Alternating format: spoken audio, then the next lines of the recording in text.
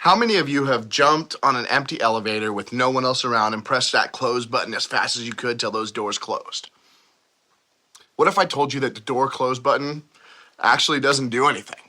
So if that button doesn't work, then why should we put it there at all? The one word that you need to know on why is control. You and I, we like control. We like thinking that we're influencing and changing things even if we aren't. It's human nature. Feeling like we have control doesn't seem to happen very often. The truth is that chaos is all around us. Sometimes we feel out of control in our own lives. Life can be chaotic and uncertain, and that means that we have to learn how to navigate it. I'll give you an example. One part of life where we all want control, but we don't have it is the future. When the future is uncertain, we all tend to get anxious and fearful. Then come all these nagging questions of anxiety and doubt. The feeling of uncertainty can honestly just be overwhelming. Because let's be honest, none of us like being out of control. Is God even there when we feel those type of feelings of uncertainty? We're going to read something from Psalms today, and it's a place where real humans express real emotions about the experiences of everyday life, including uncertainty. So here's a passage from Psalms.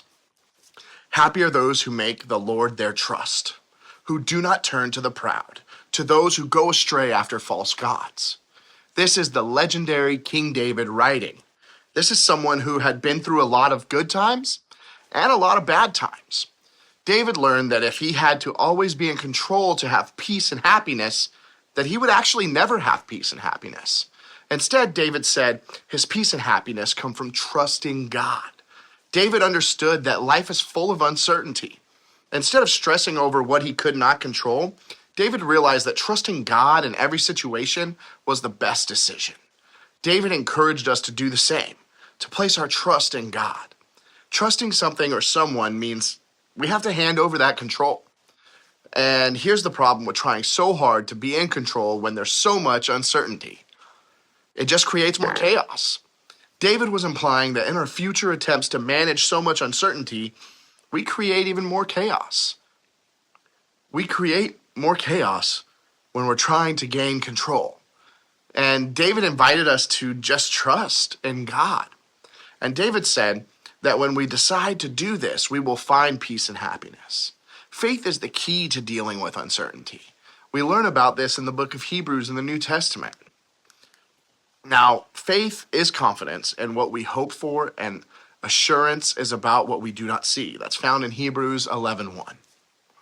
When all you have is hope, when you cannot see what's next, and life is so uncertain, that's exactly when you trust God. Hebrews 11 is known as the Hall of Faith because it's about story after story about people who trusted God when uncertainty and chaos seemed to surround them. Despite the chaos around them, their trust was in God, not in an outcome. That's because faith is about trusting a person instead of a certain outcome.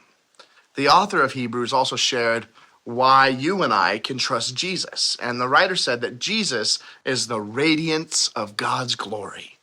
The writer also says that Jesus was fully human, and that Jesus is the author and perfecter of our faith. That's in Hebrews 12:2. We can have faith in Jesus when everything else feels uncertain. While we can't be certain of the future or what we see around us, we can have confidence in God and in Jesus. So I hope you guys have an awesome week. I'll see you next week.